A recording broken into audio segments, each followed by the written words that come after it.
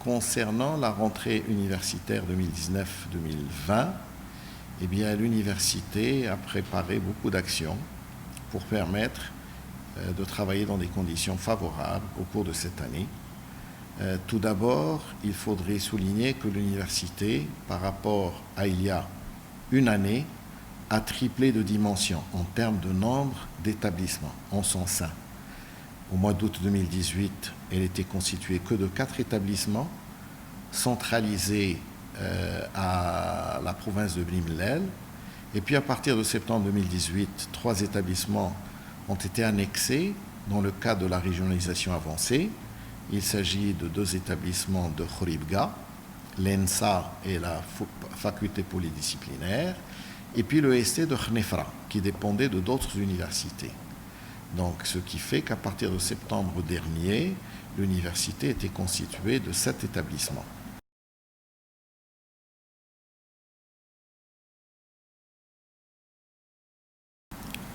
Bien évidemment, même en termes d'étudiants, le nombre a augmenté. Alors qu'il avoisinait les 37 000 étudiants au cours de l'année 2018-2019, nous dépassons très largement les 40 000 au cours de cette année.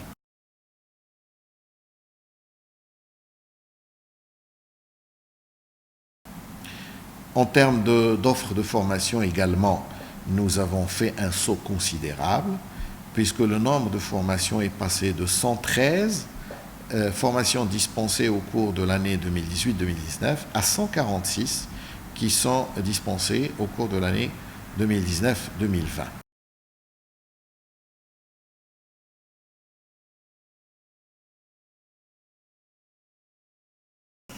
Aujourd'hui, nous avons justement développé un système d'information qui permet de faciliter le parcours des étudiants nouvellement inscrits à l'université.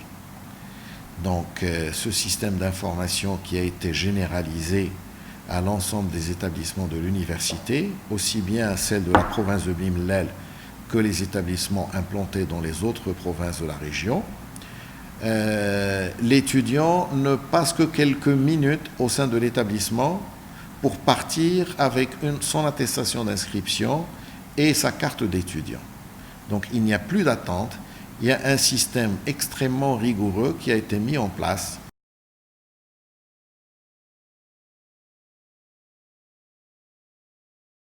Alors évidemment, quand on crée de nouveaux établissements, ou alors quand on veut diversifier l'offre de formation des établissements de notre université, le choix des formations se fait sur la base des spécificités de la région et sur la base également du besoin du marché de l'emploi marocain.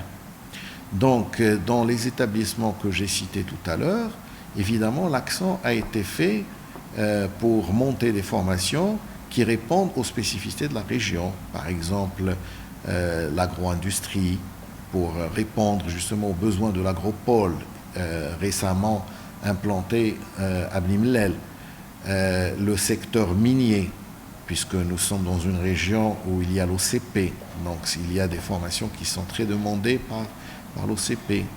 Il y a tout ce qui est ressources hydriques, là aussi c'est une spécificité de la région. Donc il y a les énergies renouvelables, vous savez très bien que c'est une région particulièrement chaude, où il fait bon temps quasiment toute l'année. Donc les formations qui ont été montées justement pour cette rentrée universitaire cadrent avec les spécificités de la région, mais également avec les projets structurants de notre pays.